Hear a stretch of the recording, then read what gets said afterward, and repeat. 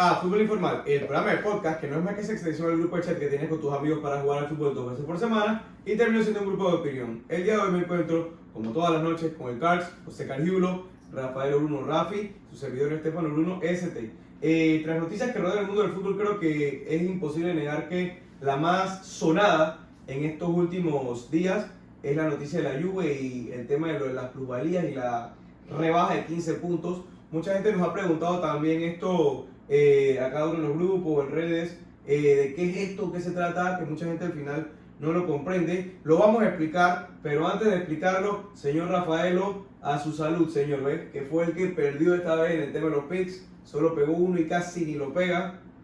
Casi primero hermano de nada, casi pegó los otros dos. Bueno, ya subió la temporada pasada, de la semana pasada. Ese promedio bajo la lógica de Rafi, ¿cómo queda? Dice que todavía está en mejor promedio, seguro, ¿ah? Sí, yo siempre me iba 3 de 3 o 2 de 3 y ustedes siempre se iban 1-3. Bueno, ya. ¿En qué multiverse era eso? Que el público no diga cuál. Lo subirá a Instagram para que todo el público lo vea. Pronto Rafi sacará los expedientes, así como le sacaron los expedientes a la Juventus. No, con este tema de las plusvalías vamos a explicar un poco más. Hubo un precedente hace ya un año y algo de que se sacaron el tema de plusvalías, de que equipos estaban sacando cuentas que no cuadraban. O sea que al final del día estaban malversando ese tema de los del números, valor de los jugadores. Y entre esos estaban la Juventus, el Napoli, porque es que ahí está para resaltar, no era solo la Juventus en un inicio, era Juventus, Napoli, el Chievo, el Pisa, el Novara, entre otros. ¿Qué es lo que pasa? Ese caso se cerró haciendo que los equipos pagaran una multa que no era tan significativa, con el argumento de que uno no puede tasar específicamente cuánto es el precio de un jugador, el valor de un jugador. Y es cierto al final del día, porque me acuerdo que en pruebas pusieron números de Transfer Market que al final del día no va acorde 100% con esto, porque es algo tan subjetivo el tema del valor de un jugador. Pero se dio nueva evidencia porque hubo un tema también, si bien es cierto, la Juventus cotiza en bolsa, al ser así tiene que tener unos números más. O sea, incluso todos tienen que estar en transparencia, pero tienen que ser más transparentes incluso. Exacto. Y se vio un tema que en la pandemia se dio una reducción de salario de los jugadores y que se habló de que esto se pagó luego, pero es que no se reportó. O sea, básicamente es como pagar en negro o evadir el fisco a la hora de pagar. Como decir, yo te voy a pagar este salario en lo que es planilla, pero te lo estoy pagando al final de cuentas y me ahorro muchas cosas. Entonces, luego de que se diera eso, se dieron nuevas evidencias del tema de la plusvalía de los jugadores, lo que sirvió para que entonces se reabriera el caso en la Fiscalía Italiana en Turín y en vez de se pidieron 9 puntos y se redujo a 15. Si bien es cierto, la Juventus puede apelar esto, pero quisiera saber su opinión al respecto, porque es un tema que tiene mucho de qué hablar, no solo en lo futbolístico, sino fuera de eso. Bueno, para que la gente entienda un poco más el tema de la plusvalía, vamos a poner un ejemplo que puede ser sencillo para los oyentes y los amigos que nos ven en YouTube. Ok, vamos a suponer que nosotros compramos un jugador por 20 millones de euros. Ese jugador, su valor son 20 millones de euros. Y lo firmamos por un periodo de 5 años. El valor por año va a ser, la ficha va a ser más o menos de 4 millones porque estamos dividiendo los 20 millones que gastamos entre los 5 años de contrato. ¿Qué pasa? Vamos a decir que ese jugador al final no nos rinde y lo terminamos vendiendo al primer año de haberlo comprado. Ok, ya a esos 20 millones, vamos a suponer que lo vendemos en 18 millones de euros. Ok, ya pasó el primer año, así que de esos 20 millones que me daste, tengo que restarle ya un año de contrato, que son 4 millones, que da en 16. En negativo 16. Pero yo ingresé 18 millones por él. Por ende... No, lo vendiste en 18. Sí, por eso. O sea, ingresé 18 millones. En total tengo un más 2. Ese más 2 millones de euros es la plusvalía. O sea, lo que yo pude sacar más allá del valor del jugador. ¿Qué pasa? En el caso de la Juventus, era de que la Juventus tenía un sinnúmero de operaciones, las cuales tú decías, a ver, ¿qué jugadores, cuáles son las tasas que la Juventus le puso a estos jugadores? ¿Qué jugadores compró la Juventus? ¿A cuáles vendió? ¿Qué valor le puso? un caso de 62 operaciones, casi 42 eran de la Juventus. O sea, un porcentaje demasiado alto. Entonces, de la Juventus hay operaciones que se están estudiando, como desde las más puritanas que podemos decir, desde la venta de Danilo al Manchester City, con la compra de Joao Cancelo, hasta una operación que me llamó la atención, que la vi por Twitter, en que fue una operación de compra y venta que se hizo con el Olympique de Marsella, en que la Juve compraba a un francés, que el jugador ahorita mismo todavía sigue estando, y esto estamos hablando 2-3 años atrás,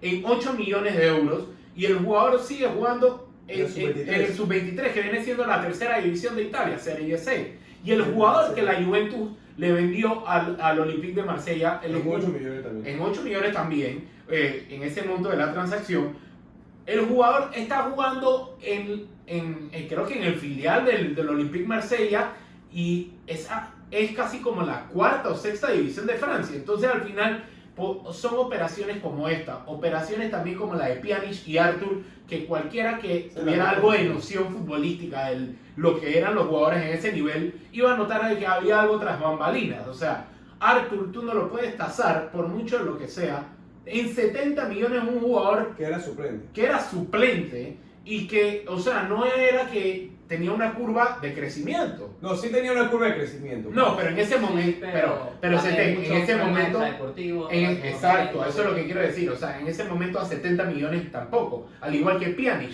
Pjanic era un jugador que todo el mundo sabía la calidad que tenía, pero no era titular en la Juventus, y ya por ende venía a la baja, la verdad. Venía a la baja. O sea, ninguno de los dos valía 70 o 60 millones. E incluso lo que la Juventus recibió de plusvalía en esa operación fueron como 42 millones. Sí, también, otro tema. O sea, esa operación es la segunda operación que mayor plusvalía le generó a lo largo de la historia a la Juventus. 42 millones, solamente superada por la operación de la venta de Pogba al Manchester United. Entonces, al final del día, creo que la Juventus también lo juzgan es por lo descarado que llevaron a este nivel de operaciones, porque si bien es cierto, estas operaciones, vamos a decir que es como dirían en el mundo de la abogacía, estirar la ley, llevarla, no infringirla, pero jugar al filo de la ley.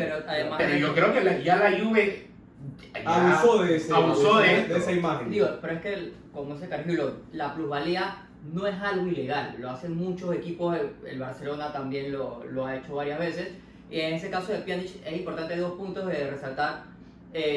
Cuando se extiende el contrato, la plusvalía se divide con el contrato que por los años adicionales de la extensión. O sea, si al final se quedan 10 millones y se extiende 3 años más, y de esos 10 millones por 3 años. Y también muchas personas pueden que estén un poco confundidas en este caso, pero que es importante resaltar: cuando tú vendes el jugador, por la cantidad por la que le vendiste, ingresa totalmente en ese mismo año en el cual tú haces la venta. En el caso del Barcelona, no, pero es más simple. O sea, cuando tú compras, se divide la ficha. Si compras en 5 años, se divide en toda la cantidad del contrato, pero cuando tú vendes, el total ingresa totalmente en ese año. O el mismo ejemplo que vimos, o sea, en el año fiscal o en el año de análisis, vamos a suponer que al año siguiente, en el 2024, el jugador que pusimos de ejemplo, lo vendimos por 18 millones, esos 18 millones te entran directo para ese año, para ese año fiscal. Con números verdes, exacto, en teoría. Y ya lo cubriste, pero cuando tú haces la compra de un jugador, tú la divides por el periodo de tiempo en que compraste ese jugador. 20 millones lo compré, lo firmé por 5 años, divido a 4 millones cada año fiscal. El tema también, Rafi, acá, y es lo que la gente está como con esa duda, es que en principios básicos de lo que son transacciones, si hay un vendedor, tiene que haber un comprador y viceversa.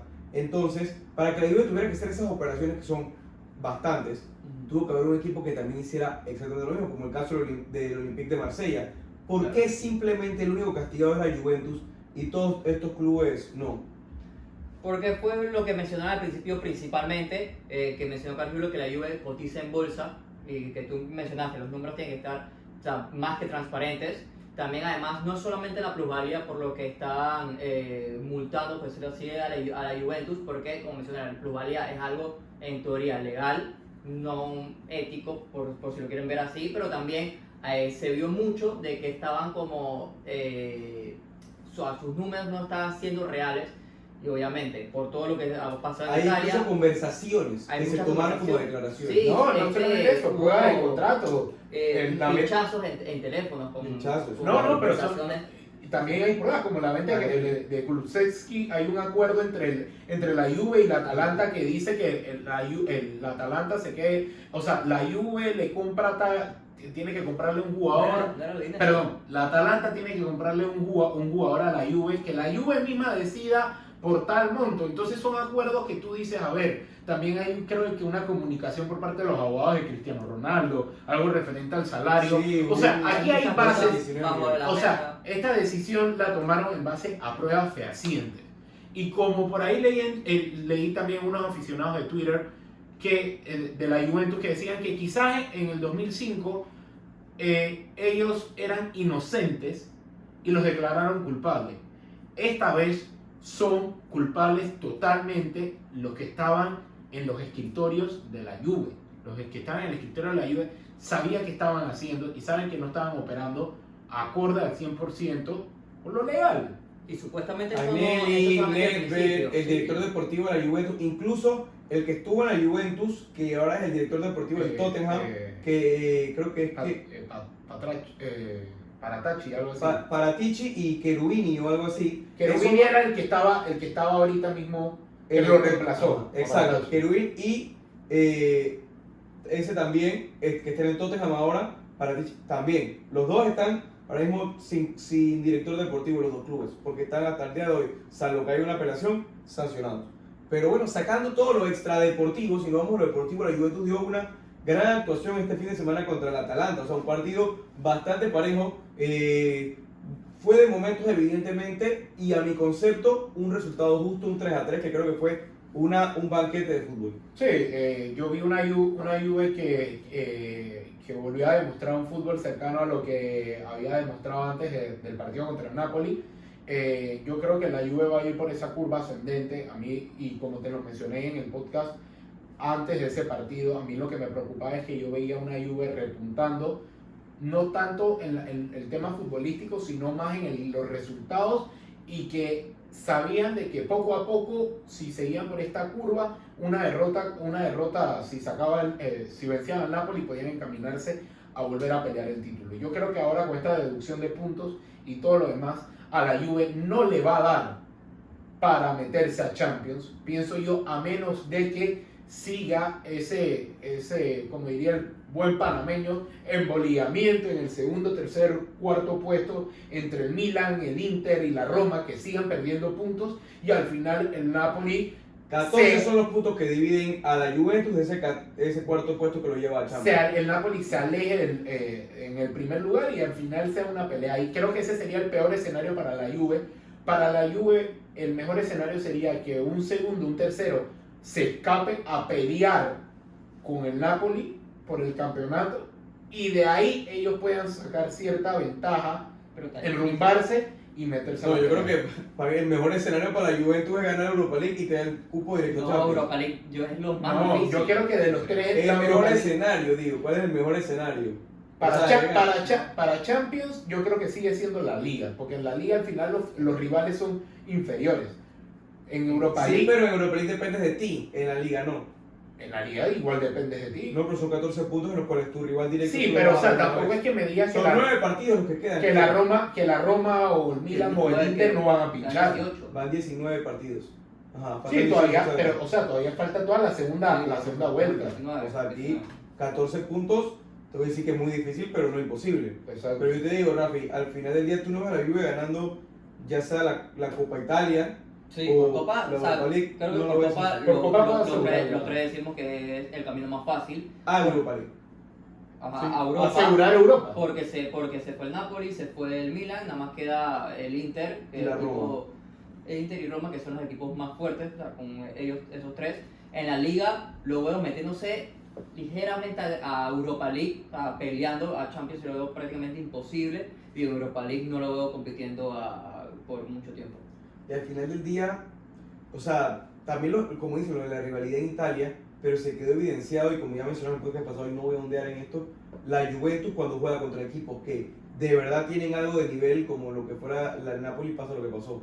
O sea que va a estar complicado el camino contra el Atalanta. Dio una buena actuación y vamos a ver lo que viene. Lo que sí viene este fin de semana y es lo que necesita la Juventus es el Napoli contra la Roma en el Diego Armando Maradona, un equipo que la estadística va a favor del Napoli. El 50% de los partidos, creo que el 48% de los últimos 27 partidos el Napoli ganó 14, más como 7 empates.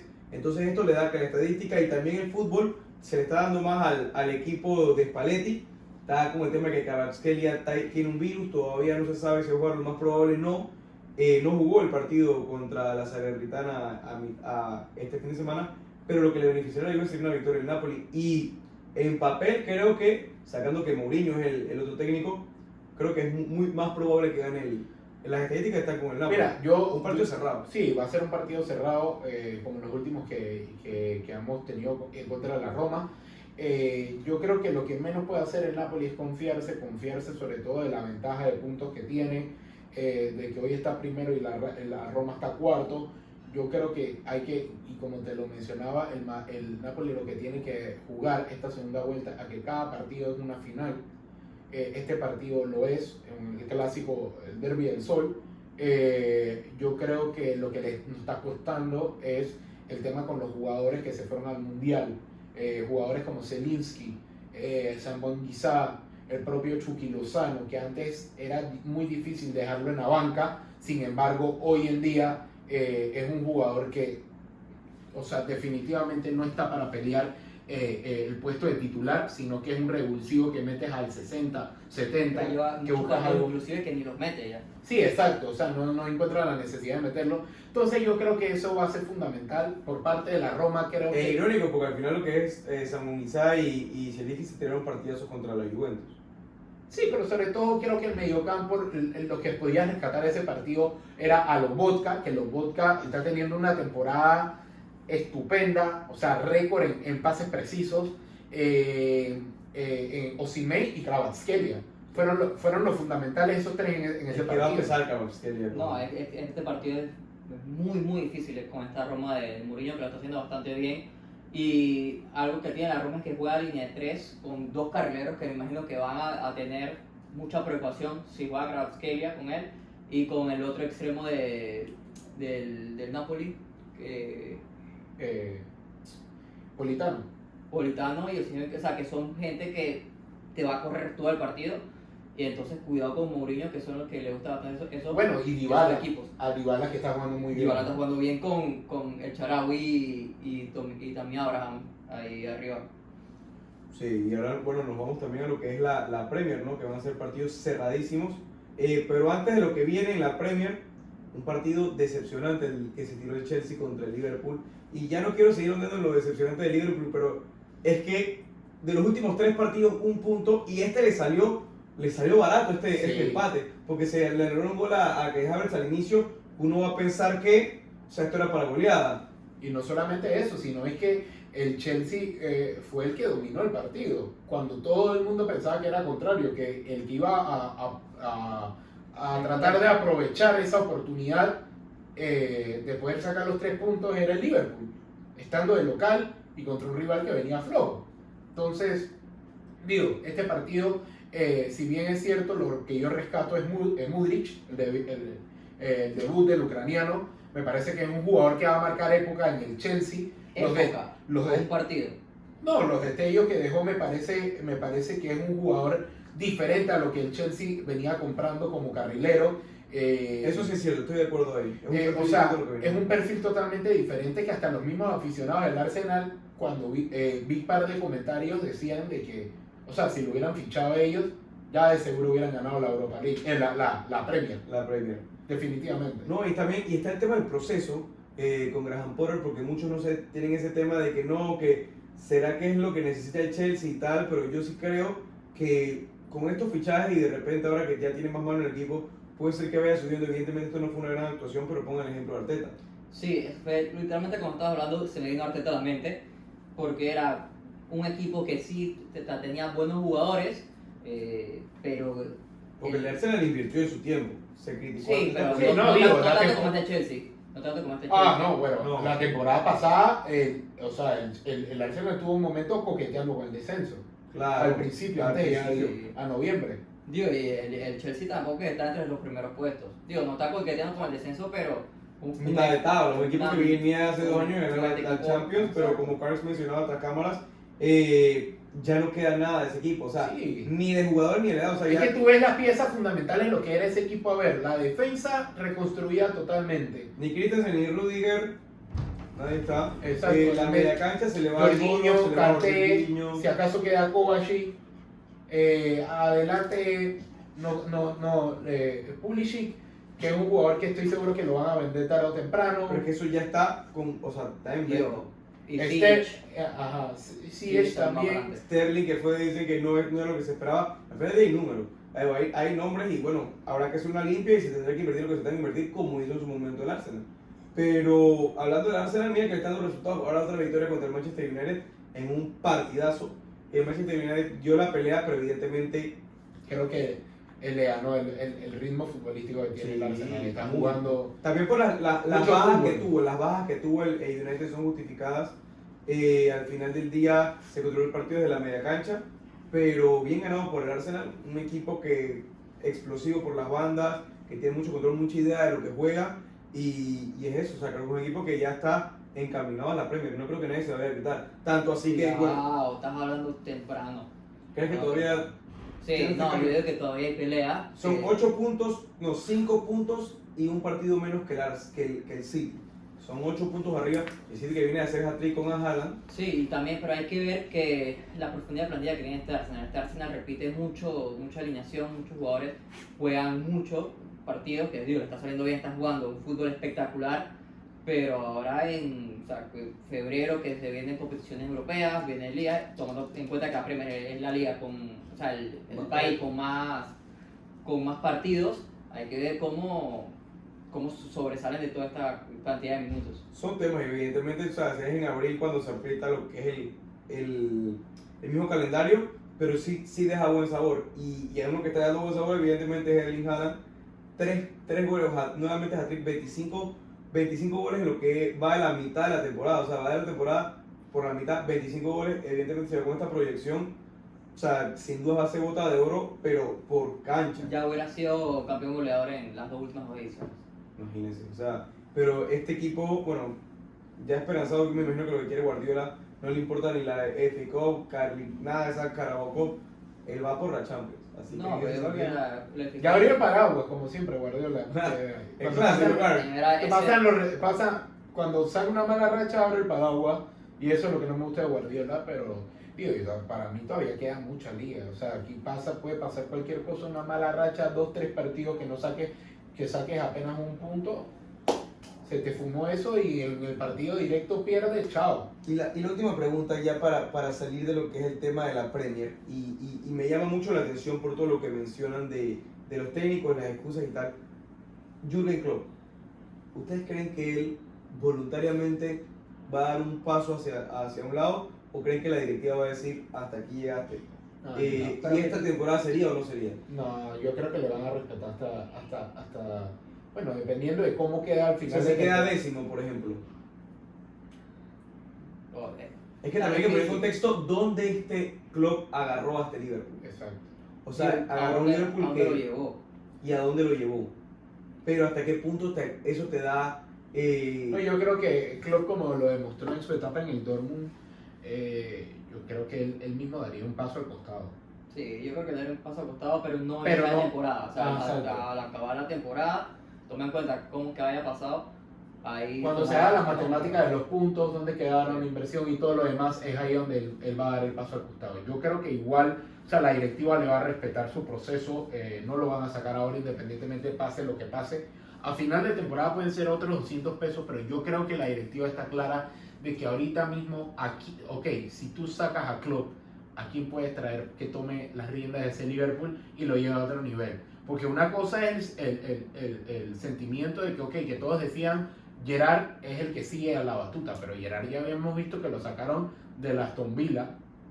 Es que tanto Gerrard como Lampard son dos técnicos que como jugadores buenísimos, pero como técnicos han demostrado que... No han demostrado. Son muy prematuros. O sea, ¿hace cuánto se retiraron? ¿Cuántos años pueden tener? 42, 43 años.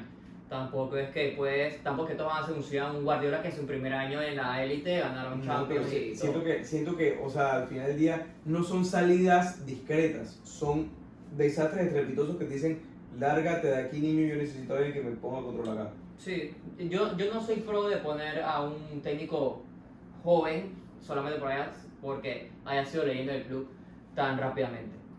Sí, la verdad es que es como por ejemplo, muy pocos son los casos, como dijo Guardiola, o sea, yo tuve suerte de que tuvo a un Messi.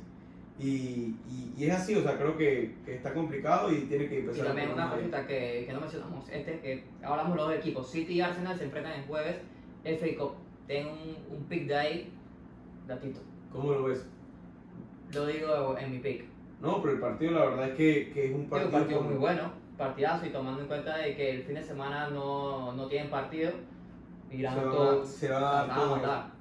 Pero bueno, nos vamos a grandes partidos, como también otros que no fueron tanto, como el partido del Barcelona, en lo que es la primera vez que tocamos la la Liga Española tan atrás como ahora en el último bloque del programa, pero es que ese partido del Barcelona contra el Getafe siento que fue más resultado que otra cosa y le está pasando últimamente al Barcelona. Ha tenido partidos como el de la Supercopa muy bien, pero otros partidos donde saca el resultado que al final es lo que se quiere, pero está lesionado a lo que dice Xavi. No, pero ya Xavi cambió el discurso. Poco a poco lo ha ido cambiando porque sabía que necesitaba... Creo que es humano, ¿no? Sí, es que necesitaba cambiarlo porque ese discurso se lo iba a llevar hasta la tumba y el Barcelona en que iba a quedar.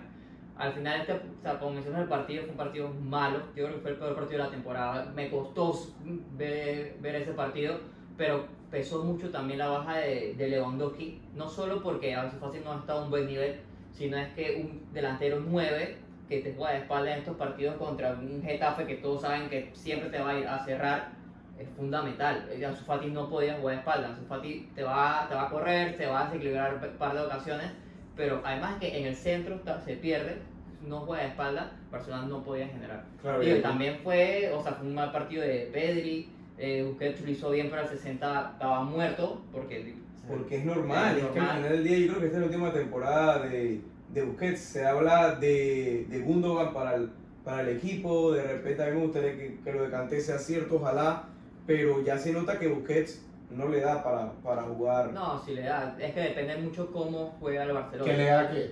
¿Qué le da para qué? O sea, que le da, sigue siendo titular en el Barcelona. Pero le sigue dando para ser titular al final de cuentas. O sea, lo está haciendo. Un buen par de partidos. Por ejemplo, jugó contra el Real Madrid, jugó desnudo ese partido. O sea, fue de los mejores de la cancha. Y porque el Barcelona jugó como debería jugar, un equipo como dicen todos los técnicos, o sea, Piqué, pero Busquets es un equipo compacto como quisiera jugar el Barcelona, es el mejor 5 del mundo. Pero el Barcelona juega como jugó el pasado, un equipo totalmente roto, y Busquets no te puede correr todo el partido. Que ahí está el tema. Entonces yo creo que el recambio sí es necesario. No sé si sea su última temporada, o sea, ya independientemente creo que dependería de él. O sea, ya es que yo digo que a concepto de él mismo. Sí, se puede ir a MLS si quiere que sea su última temporada, pero no creo que se haya ido por la puerta de atrás esta última temporada. No lo está haciendo tan mal, me parece. O sea, tampoco lo está mal, pero yo creo que ya para un nivel de competencia un poco más exigente, pudiera ser, ¿no? Pudiera ser lo que... El otro ahora rival que evidentemente se tiene que mencionar es el Madrid, gana el partido, parejo también, o sea, un partido que incluso tuvo polémica en ese gol que le anularon al Bilbao antes de que metieran el 2-0 Kroos. Un golazo de Benzema. Hay como polémica. ¿Tú sí dices que viene anulado? Sí, claro. Claro. Yo lo que sí quiero tocar del Madrid es un tema que mucha gente habla y que siento que es lo que venden en el periódico, pero, y aquí lo hemos hablado, pero yo creo que el Madrid es un equipo que uno puede decir que está bien un partido, el otro mal, y tú puedes decir que es un equipo que es como una montaña rusa, pero cuando das un balance general al final de cuentas, o sea, al final de la temporada, al final de todo, es un equipo que siempre se va en positivo. Sí. O sea, como que no puedes decir que es de momentos, porque el fútbol no es tanto de momentos. O sea, no puedes decir que tú tuviste, por ejemplo, una buena semana, si tú tuviste un buen lunes, un buen martes, el miércoles te fue mal, el jueves te fue mal, el viernes te fue bien, haces balance 3-2 y te fue bien. O sea, como que al Madrid se le achaca mucho por temas de que sí, que viene un mal partido, y evidentemente fue un pésimo partido contra el Barcelona, Pero si ese le cae el balance, Madrid siempre termina bien. Sí, eso es totalmente, estoy 100% de acuerdo con lo que dices. No solamente eso, sino nosotros somos bien repetitivos con la apreciación que tenemos del Madrid aquí. Constantemente yo te he dicho que en el Madrid lo que me preocupa es el tema de que es una plantilla muy corta, que solamente podemos contar con 13 o 14 jugadores. Que es cierto. O sea, No es que esas notas que no se confían en lo que hay.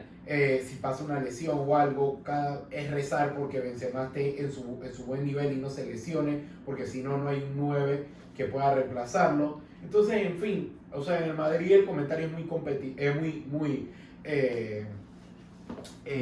como lo dije antes, el Madrid es muy repetitivo la apreciación que tenemos, el discurso, claro, del Madrid, pero al final de cuentas el Madrid, cuando sacas las cuentas, cuando se acaba la temporada, te refleja de que el saldo es positivo. Siempre hay una liga, en la Champions creo que no hay mejor equipo, no hay equipo que sepa jugar mejor ese torneo que el Real Madrid.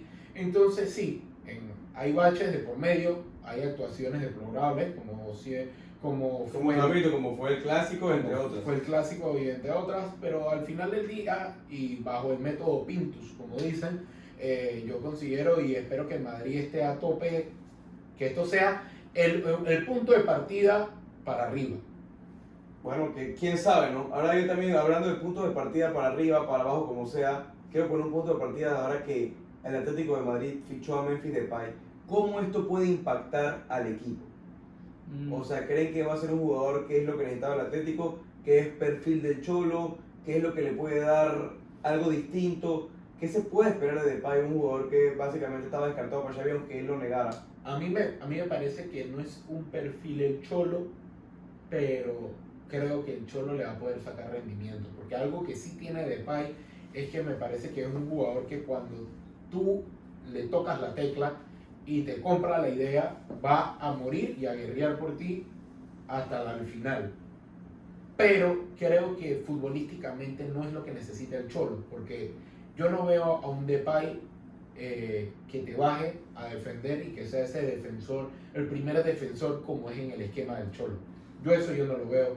A Depay jugar de espaldas siendo un 9 referente, el delantero centro, creo que no es su virtud principal. Su virtud principal es la de poder regatear, jugar más pegado a la banda, poder recortar hacia adentro. Creo que esa es la virtud que tiene Depay. Yo no lo veo en el Atlético. O sea, Carvalho, cuando Memphis fichó por el Barça, dijo algo muy cierto de que era un buen jugador, pero no era para estar en un equipo élite siendo referencia. Que sí, es lo digo acá, cierto, claramente. que es totalmente cierto. En el Atlético, claro, no es el nivel del Barcelona, no creo que sea la estrella de este equipo, pero está más o menos al nivel futbolístico de un equipo como el Atlético.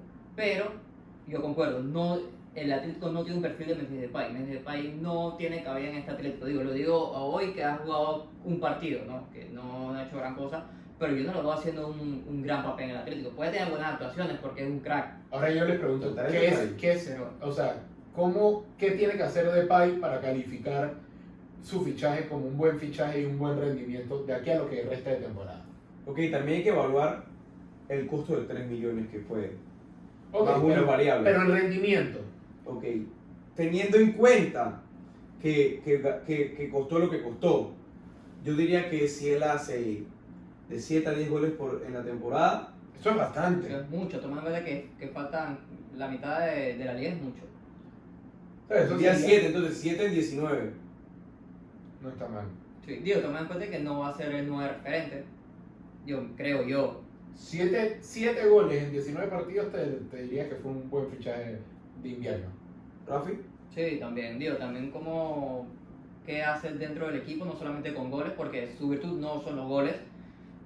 Yo creo que 7 es un número bueno. Al final del día, bueno, hay que agarrar el fichaje, pero ¿qué fichaje usted cree que hubiera encajado mejor que Memphis Depay? Dos cosas, ¿qué fichaje cree que hubiera encajado mejor en el Atlético que Memphis Depay? ¿Y en qué equipo le hubieran gustado ver a Memphis Depay? Tiraste dos bombas. Yo te puedo decir que a mí sí me ilusionaba a Memphis en el Newcastle. Yo creo que era un equipo perfecto para él y que él podía explotar todo su fútbol en un equipo que le pudiera haber dado más la confianza y que más que jugara para él. No, el Newcastle, pero es que el Newcastle ya había fichado a mí me hubiera gustado y no... A mí me hubiera gustado verlo en el Madrid. Claro, que Verlo sí. en el Madrid como el suplente de Benzema. No. Es un perfil Benzema. Es te pones a como ver, el sí. suplente, como el suplente de Benzema, ojo lo que te estoy diciendo, como el suplente. Porque hoy en día, o sea, ¿quién es el suplente en el Madrid? Mariano.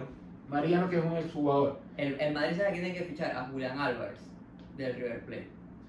Sí, también en su O sea, momento, un pero segundo. digo, ahora es muy fácil decirlo ahora que explotó Bueno, y que sí, tuvo ese claro. rendimiento. Claro, muy Entonces, sencillo. por eso es que te digo, a ver, ¿en qué otro club lo hubiéramos visto? Yo creo que sería quizás en una En el Juve. Inter. En la Juve o en el Inter, quizás. O en el propio Milan. En el Milan pues... Como recado, bueno. ¿Y qué jugador lo hubiera acoplado al Atlético? No sé, porque es que el tema es la particularidad del esquema del Cholo. Que el Cholo necesita un extremo que tenga las labores ofensivas, pero también tenga labores defensivas. Entonces un perfil que se me venga a la mente ahorita mismo, así, en un carrilero, reemplazando a Joao. Muy difícil. De repente, Perisic. te diría que Havertz. No, Pudiera ser. Havertz Pudiera ser lo jamás. mismo. Estás loco. Havertz jamás. No, Havertz hubiera sido lo mismo que un Joao. Son jugadores que están... por eso perfil Joao. No, pero es que tú no quieres que te vuelva a pasar un Joao 2.0. No, un, pero- jugador con Pero es que libertad al final yo ofensiva. siento que era la actitud de Joao lo que lo... No, yo pienso que es que, y siempre lo dije, no era un jugador perfil para Pero por su Simeone. estilo de juego, por su actitud. Por su estilo de juego y a la postre, yo pienso que la frustración de que no pudo rendir ahí frustró tanto al Cholo como a Joao y al final Pasó eso el deterioró tiempo. la relación. Al final yo siento que no es tanto culpa de ambos, sino es que, y yo sí, y hago énfasis en eso, los clubes tienen que hacer una debida due diligence de los jugadores. Si yo juego 4-3-3 y juego con un 9 un poco más atrasado, yo no puedo meter a un jugador que jugaba en un equipo que venía un solo punta a un tema de un 4-3-3 adelantado, que era como cuando yo te comentaba de Jovic. Claro. Jovic venía de un fútbol en el que tenía a Rebic de segundo punta y era una pareja de Batman y Robin. Viene al Madrid a jugar con un 4-3-3 donde él es el 9 nato de área, que es el rematador, y le costaba mucho. Y pasó lo que pasó, que Exacto. y hasta de la Fiorentina lo quieren Y sacar. exacto, y con Joao fue lo mismo. Entonces al final del día, y como lo dijo una vez el amigo Joy, al que le mando un saludo, Siempre se le manda saludos. creo que querido. el tema con el Atlético es de que Simeone, antes tú le dabas jugadores de menor calidad, pero jugadores que iban a morir, que iban a dejarse la sangre, la piel y las lágrimas por el Atlético. Ahora a estos jugadores aburguesados, que se le puede decir que le han traído, que son jugadores de un mejor nivel, pero que les cuesta meterle el chip del Atlético. el chip de Tirarse a Simeone. lodo, se diría. Exacto. básicamente. Entonces, ¿a qué jugador traerás al Atlético? Ya te digo. Yo digo, de repente- No sé, ahorita mismo Yo de Perisic. Me parece un buen perfil para el Atlético. sí puede ser un buen perfil, pero Perisic ahorita mismo no ha rendido al 100% en el Tottenham. Zielinski, Con de Conte. repente, Zielinski por la posición que juega cuando juega en Polonia. Podría ser un Pudiera corte, también. un jugador también que lo podría ayudar en el mediocampo, un estilo Lobotka, algo así. Y De Paul, hermano, De Paul no juega. Pero lo de Paul lo quiere, en Argentina lo quieren vender como si hubiera No, sea sí, un conflicto entre la grada y De Paul, y es que De Paul ha sido un irresponsable a lo largo de la temporada. Digo, es un hecho, yo creo que ya le da igual. O sea, ya a él se la suda, como se diría en muchos. Pero bueno, ahora nos vamos al segmento favorito de la gente para cerrar. Nos vamos con el tema de los picks. ¿Cómo será? ¿Se mantendrá el patrón? Esta vez Rafi... Yo le digo que se moja en esta mesa. La Las gente más pone Las picks. excusas y más excusas. Así muy fácil, ¿no? Sí, pone picks y que PSG contra sexta división a PSG. Eso que. Voy. City Arsenal, como mencioné en el episodio. City Money Line. Atalanta Sampdoria, más de 2.5. Y Lazio contra Fiorentina, Lazio Money Line. Ok, yo me voy con Inter versus el Cremonese, más de 2.5, Juve versus Monza, Juve Moneyline, y el Napoli versus Roma. Este pick con todo el corazón y la confianza a que el Napoli Más que con la gana. cabeza. Sí, porque paga 2-10 ese partido. Ahora yo me voy con Celta contra Athletic de Bilbao. Empate en el primer tiempo. Real Madrid contra Real Sociedad, más de 2.5 goles. Y Empoli contra Torino, ambos equipos marcan. Con esta se le damos rebotando. Es cuestión de ustedes que definan. Hasta la próxima.